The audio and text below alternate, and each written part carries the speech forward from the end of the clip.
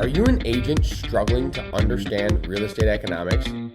Would you benefit from learning how top agents structure their businesses? Then you've come to the right place.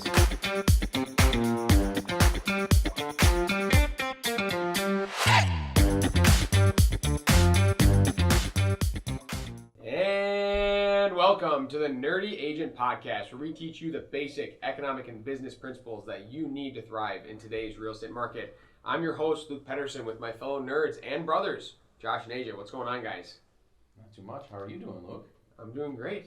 Pretty easy week so far, but Josh, did you hear the news from the weekend? That's really what I want to know. Did you hear the big news? Where is this going, Luke? AJ caught his first game fish of the year this weekend. Whoa! And possibly two. Three of them. All different fish, too. We have not caught a rock bass in the lake yet, and we did catch one of those. It only took 8,000 casts, right? 8,000 casts. My fish per cast is not great, but it's better than zero. I've still caught 0 fish. So you're doing better than me. Yep. Next time, Luke. Exactly. We'll get you. We'll get a fish on. Well, let's get into it, right? Each week we plan to bring you economic knowledge as it pertains to the real estate market and current events that you need to position yourself as a real estate expert in this marketplace. This week we're going to discuss what a recession is and why not having a perfectly organized CRM is killing your business. Let's just get into the basics of it. Talk about recessions, guys. Sure.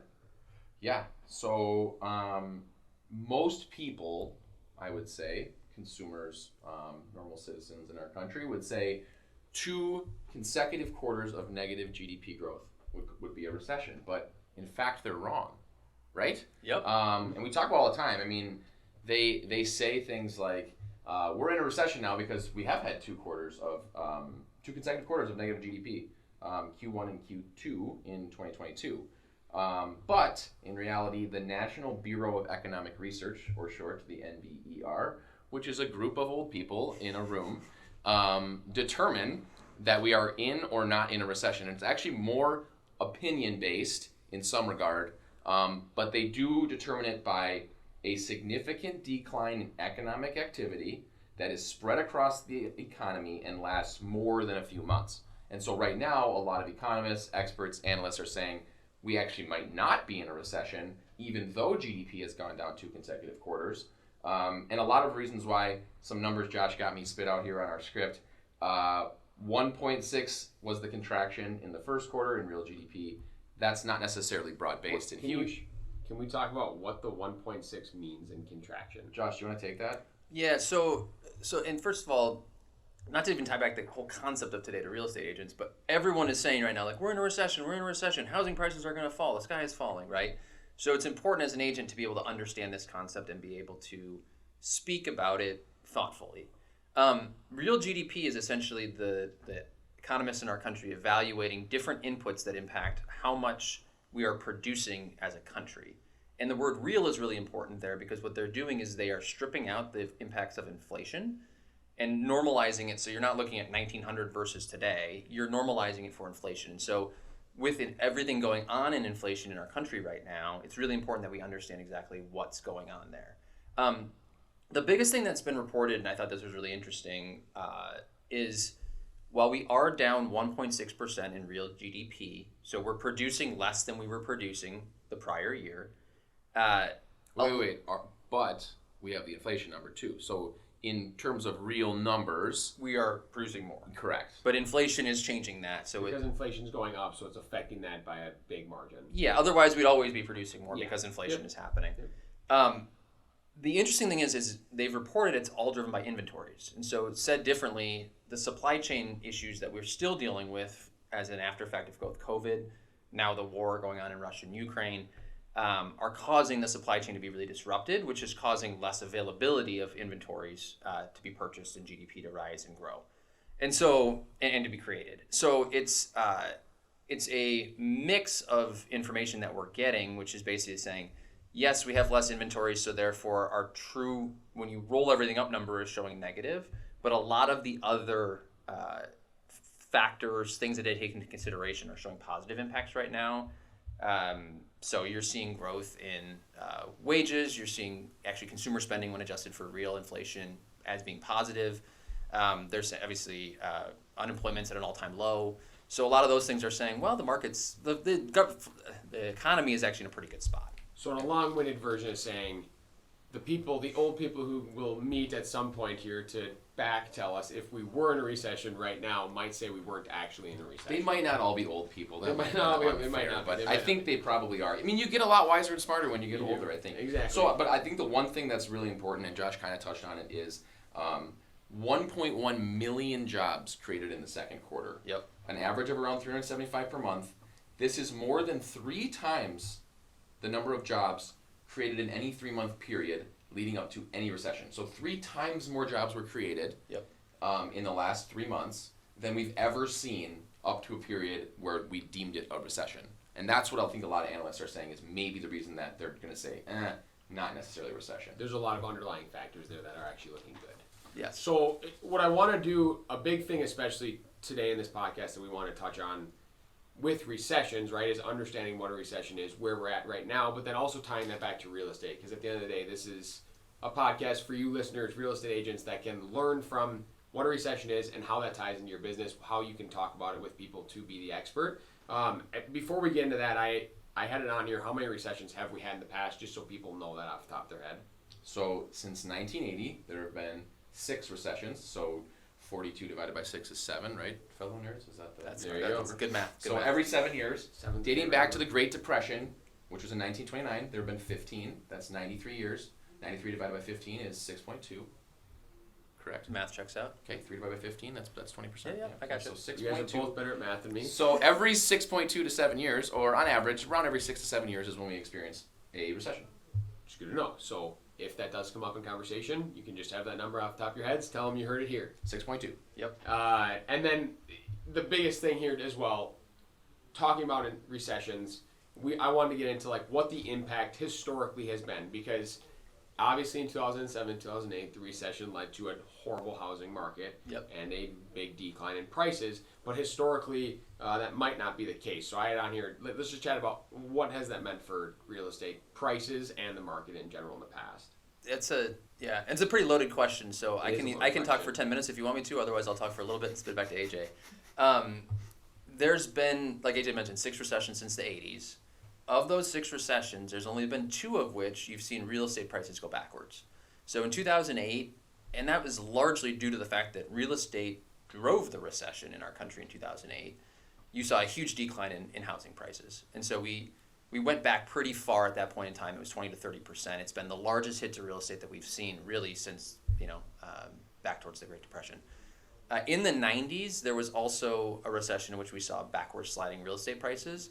I'll let you chat a little bit more about that specifically, but know that it doesn't necessarily mean recession doesn't create real estate price death, right?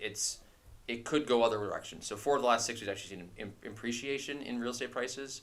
I think we've seen roughly like 6% in the last few. Actually, 6% real estate appreciation during a period of time in which the GDP is shrinking for our country. Tell us about the 90s then, because I don't know about the 90s. You probably don't know about the 90s. Everybody knows about 2008. Like, what happened in the 90s for real estate prices and why did that happen? Yeah, I mean, they stagnated, and then they ended up going backwards about 15 to 20%. Keep in mind, though, we're in Minnesota. That's a national number, Sure. right? So it's macro basis.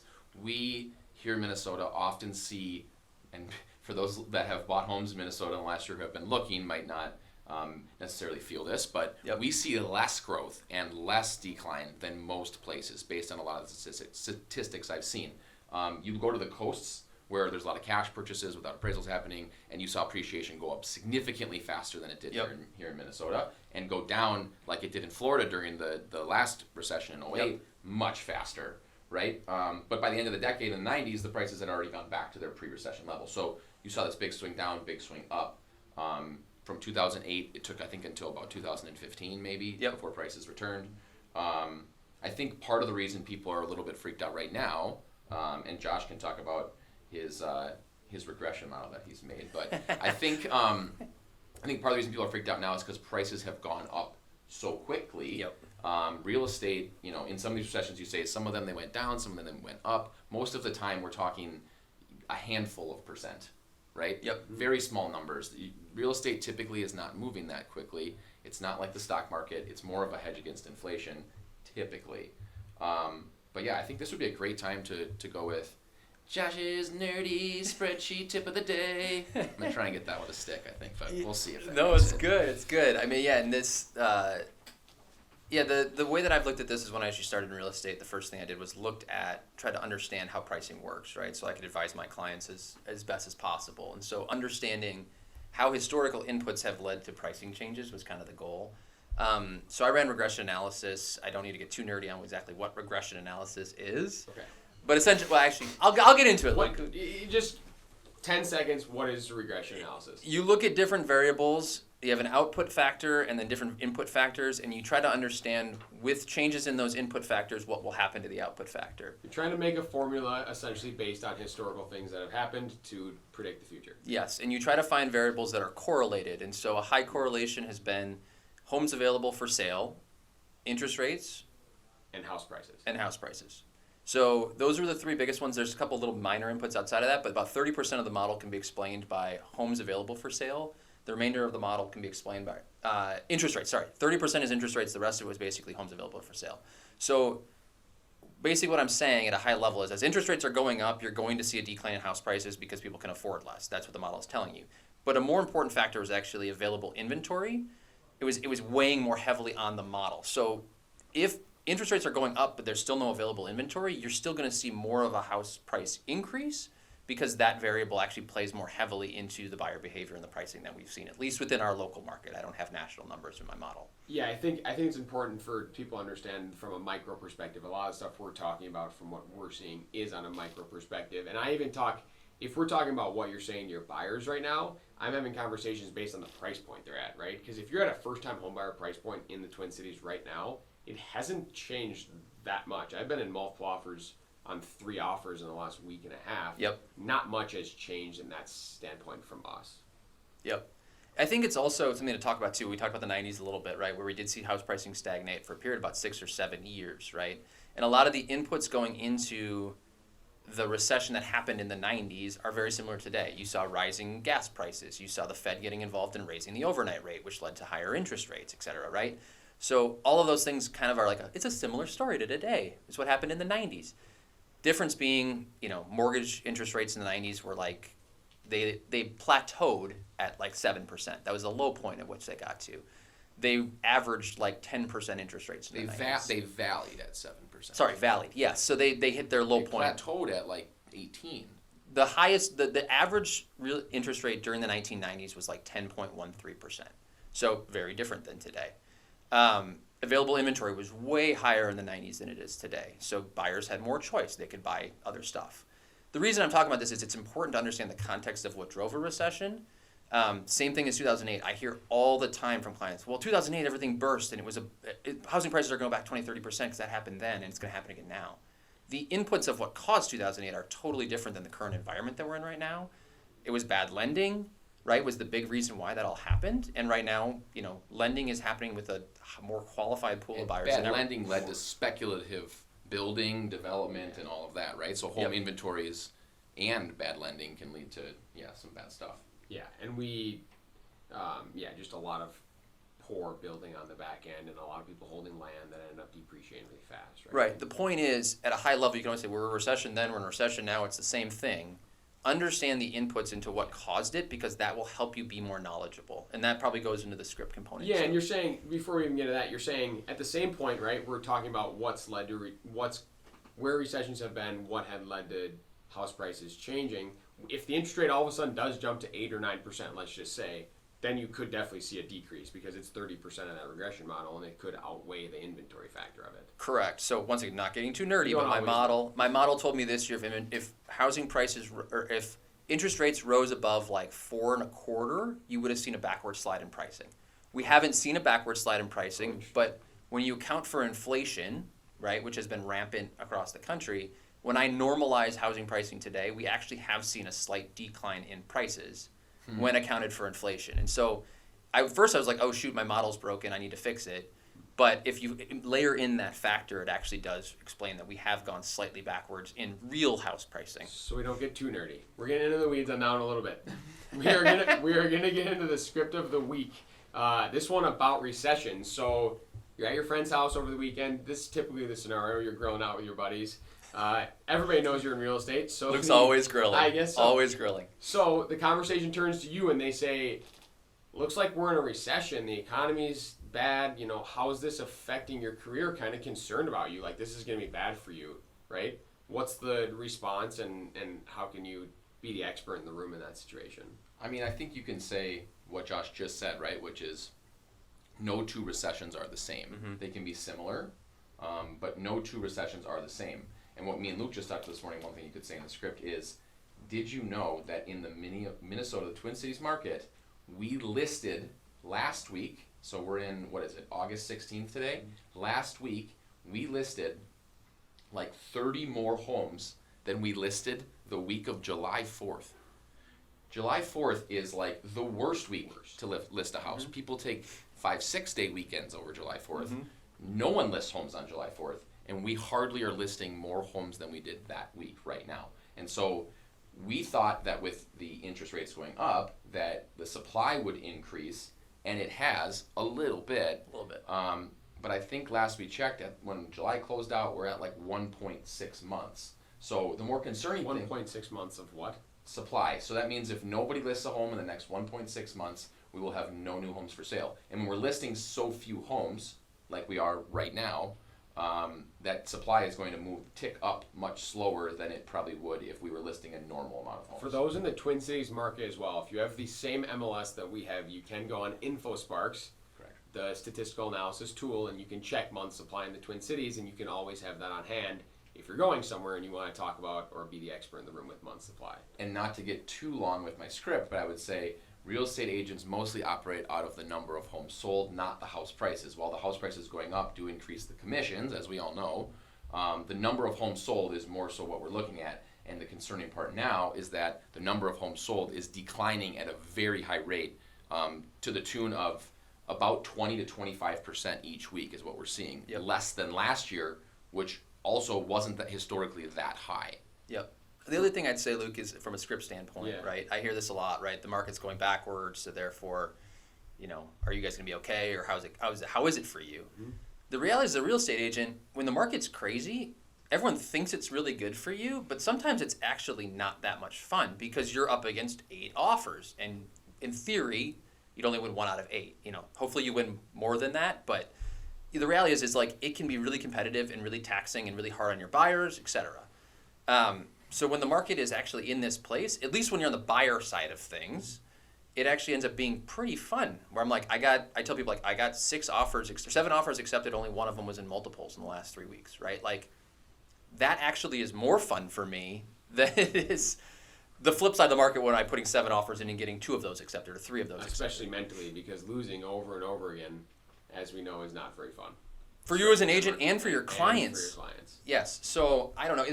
If you are taking care of people, if you are doing a good job, you're always going to be safe, even in a downturn in their environment. Because if you have people out there, there's going to be opportunities for them. I also make sure that, especially agents out there, like the agents on our team, know that when the market is also doing really well, whatever that means, right? It's hot and there are more sales. You have a flock of people entering the market, becoming real estate agents.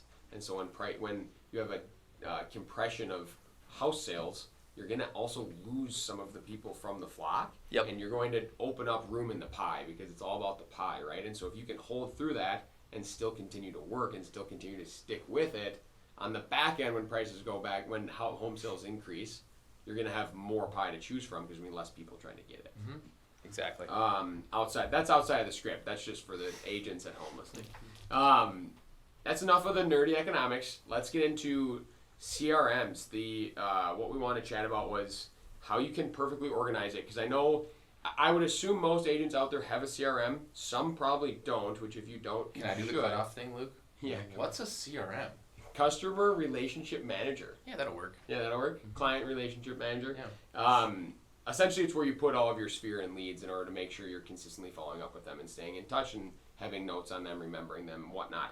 But Luke is our CRM master, yes, by the way. For those who do have a CRM, we want to talk about how to keep it perfectly organized, and Josh is going to touch on that for us. Yeah, sure. We use Follow Up Boss. If you're watching on YouTube, you can see the cool sticker on Luke's computer. Follow Up Boss, if you're listening, we'll take some more hats. They're super cool. But we use it kind of religiously within our team, and we have every agent on our team on it. We tell them they need to be following up with their leads and putting them in there, tracking how they're doing, and essentially creating a system of organization within there to be able to stay on top of those different people as well as their sphere of influence. So at a high level, we have different lists within our CRM that we built for our team. The big ones being, you need to follow up with these people every week, these people every 2 weeks, these people every month. Make sure they're in those lists, and then use that system to understand when you're supposed to talk to those people. And then when it tells you to talk to those people, reach out and see how they're doing. That's from a lead perspective. Lead and sphere. So I guess within the sphere side, if you're using that, you put your friends in there, you put your coworkers in there, you put, if you're a real estate agent, not your coworkers, but Yeah, sure. you get the point. Your past coworkers, etc. And if you want to follow them every 30 days, you put them in one list. Every 60 days, put them in a different list. But once their name comes up, reach out, say hi, set up coffee, have a beer with them. It's a good way to just stay in touch with people. No expectations in those meetings. Don't pitch them your business. Don't try to sell them real estate. Just hang out with people. They'll know what you're doing. They'll want to ask about it. And then at that point in time, you'll become a viable option for them if they ever do get to the point. You'll use your nerdy script of the day. Exactly. How's the market? Yeah. And then another really important piece of this is what I always do as well when, making sure you don't miss people, right? That's a big part of the CRM. Yep. And so when you're talking to someone and they say, hey, Josh, my lease is up in November. I'm probably thinking about buying a house. I'll probably reach out to you instead of waiting for them to reach out to you because they probably won't, right? You put them in another section. We use the deals pipeline where it puts them kind of where they are in that process as like a contact, not looking right now. So you can make sure every week you go in there and hey, I might need to reach out to this person. I haven't contacted them in 90 days and they were going to be looking in, September, October. Exactly. I use the tasks function a lot too. So everyone uses it a little bit differently, but for me, we talked about in the very first episode, like having a system, having a routine. One of my daily things is look at my tasks and Follow Up Boss and make sure I take care of those. So if I'm talking to Luke and Luke says, hey, I'm going to buy a house in September, hit me up in August, I will put a task out now for next August for Luke to say, hey, follow up with Luke, see how he's doing. I'm probably going to talk to him a couple times before then, but on that day, there will be a moment to say, okay, go into that task, see that I'm supposed to follow up with Luke, send Luke a message, make sure that he's still in the know and I'm still in his, conversation. The point of the CRM is to make sure that you don't forget. And you will if you don't have it. You're never going to remember everything. Not a chance. And so if you don't have a perfectly organized CRM, you have to start doing that right now. On the back end, we also do a lot of past client stuff in there. We track home anniversaries, we track birthdays on all this stuff, and we send them cards in the mail, and we do systematize, and it tells us when to do so because we're not going to remember that. And I don't even go on Facebook enough to see when somebody's birthday is because I know some people try and do it that way. It's like you're just going to miss stuff. So perfectly organizing it, going in there. We could do a whole podcast on Follow Up Boss probably. Yeah. If anyone wants to learn more about CRMs, email us. Yeah, reach out because there's so much more to this, and honestly, we have a full. And during our onboarding for our new team members, we literally have a whole 3 hours that we go through Follow Up Boss and talk through each of the sections, talk through how to use them, and ensure people are staying on top of their stuff. Yeah, I mean, I think of a CRM as your vessel for being the most valuable friend and real estate agent that you can possibly be. So it's your way to get notified when the right time is to reach out to somebody, but also to use some of the information we're giving you or that you're learning to be as valuable as you possibly can be. Let's finish up by chatting about the NAR stats of the week, the fast stats. Fast stats. AJ? I like it. You got it? Oh, yeah. So we saw a decline. So again, it's a week over week. It's the week this year versus the same week last year. We saw 21.7 less new listings, but we saw 23.1 less pending sales, which meant that the inventory increased a little bit. I think we are down to about a 650 listing gap when you compare it with 2021 right now. So my confusion on this is I remember last week and even the week before inventory was up, it was showing 10% up.